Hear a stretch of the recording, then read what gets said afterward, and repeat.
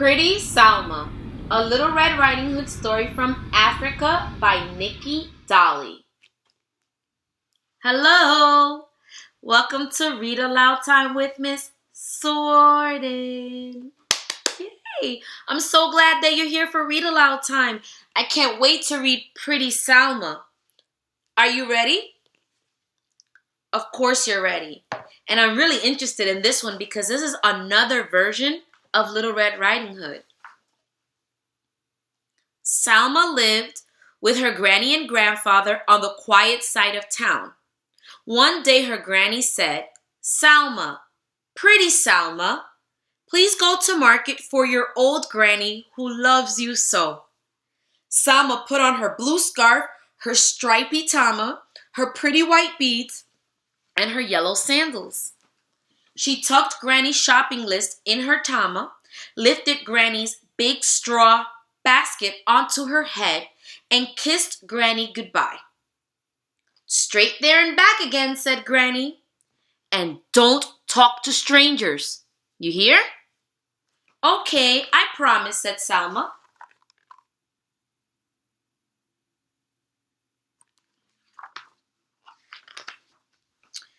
Off went Salma, flip-flop, in her yellow sandals. As she walked, she sang her favorite song. "Oh, Salma, pretty Salma, come kiss Granny, your darling old Granny who loves you so." At the market, she bought a giant watermelon, a speckled rooster, an ice-cold pink drink, and a bunch of candy-striped straws. The sun was growing hot, and the basket was very heavy, so Salma decided to take a shortcut home through the wild side of town. Along the way, she sang her favorite song. "Oh, Salma, pretty Salma, come kiss Granny, your darling old Granny who loves you so." "Are you pretty Salma?" asked a stranger. It was Mr. Dog. He had been listening to her song. "Yes," said Salma. "Are you going to Granny's?" asked Mr. Dog. "Yes," said Salma. "Well, your basket is much too heavy for such a pretty little head," said Mr. Dog. "Allow me to carry it for you." Salma did feel a bit dizzy from the heat, so she agreed to let Mr. Dog carry her basket.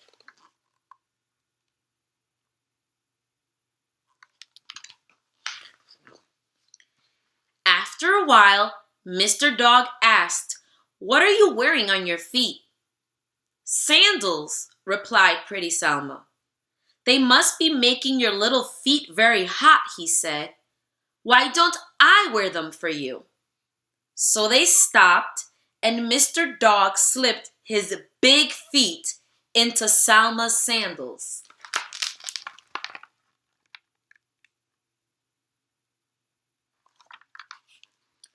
On they went, floppity flip, floppity flip. After a while, Mr. Dog asked, "What's that wrap you're wearing?" "My ntama," replied Salma. "I bet you'd feel cooler without it. I'd be happy to wear it for you." No sooner had Mr. Dog wrapped Salma's ntama around himself than he asked her for her scarf and pretty beads. "How do I look?" asked Mr. Dog, striking a pose.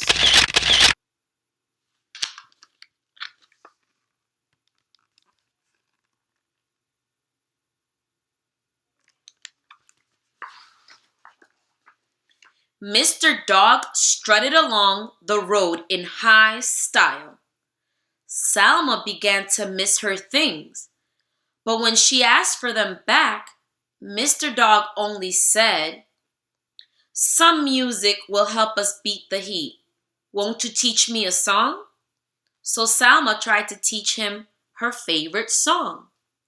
Oh, Salma, pretty Salma, come kiss Granny, your darling old Granny, who loves you so. But Mr. Dog was hopeless at singing.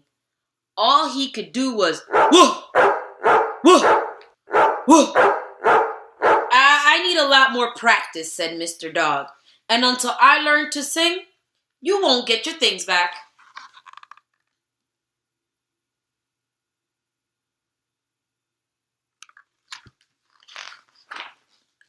Salma begged.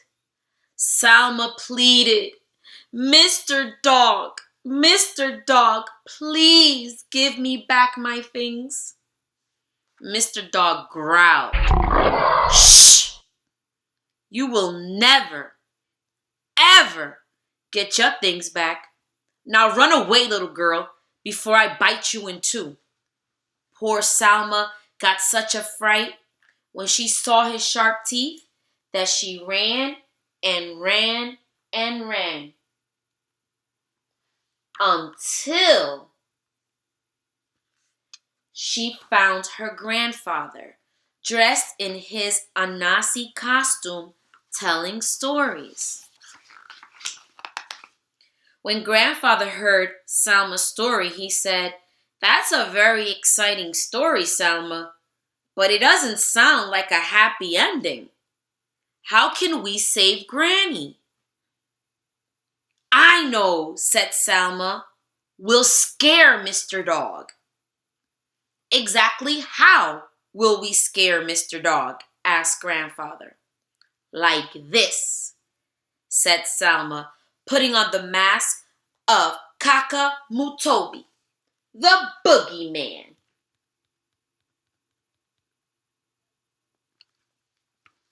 Salma picked up Anasi's arupan and beat it loudly. Goma, Goma. Grandfather picked up his rattles and gave them a fierce shake. Shuka, Shuka. Little Abubakar, who loved a good scare, joined in with clapping sticks. Katak! Attack! Let's go, cried Salma. Meanwhile,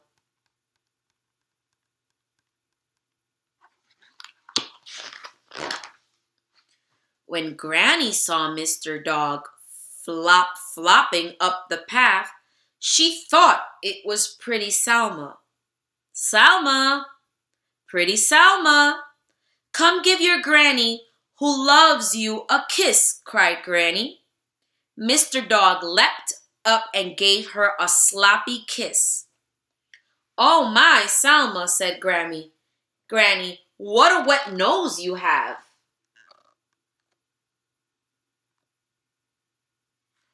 Granny took the heavy basket from Mr. Dog and said, Salma, Pretty Salma, you look hungry. Let's eat. Mr. Dog started to chase the speckled rooster round and round. Oh my, Salma, said Granny, what an appetite you have.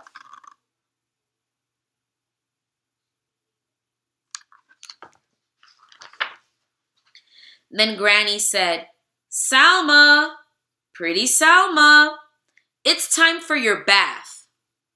Into the bath leapt Mr. Dog. Oh my, Salma, said Granny, what hairy ears you have. Are you sure you're my Pretty Salma? Oh, yes, yes, yes, cried Mr. Dog, jumping onto Granny's lap and wagging his tail. Now Granny was really worried. Did her Pretty Salma have a tail? Perhaps this wasn't her Pretty Salma.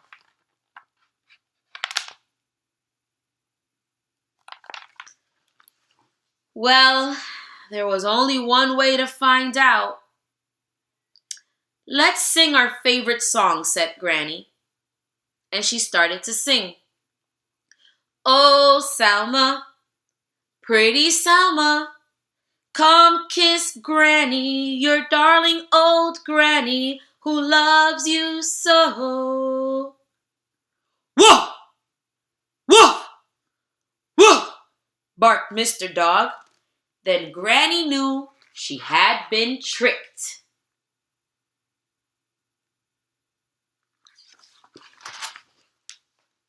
She reached for her broom.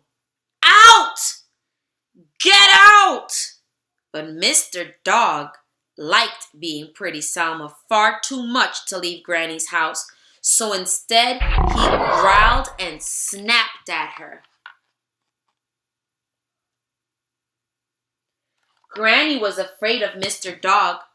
She was afraid Mr. Dog would bite her in two, so she jumped into her cooking pot. Mr. Dog pushed the lid down. He thought, Granny soup. Granny cried, help! Help! Help! Just then, the door burst open with a loud Goma, Goma, shuka, shuka, katak, attack. When Mr. Dog saw Kakamatobi, the boogeyman, and his gang, he got a terrible fright. That bad dog slipped and tripped over his miserable tail right out of the house, back to the wild side.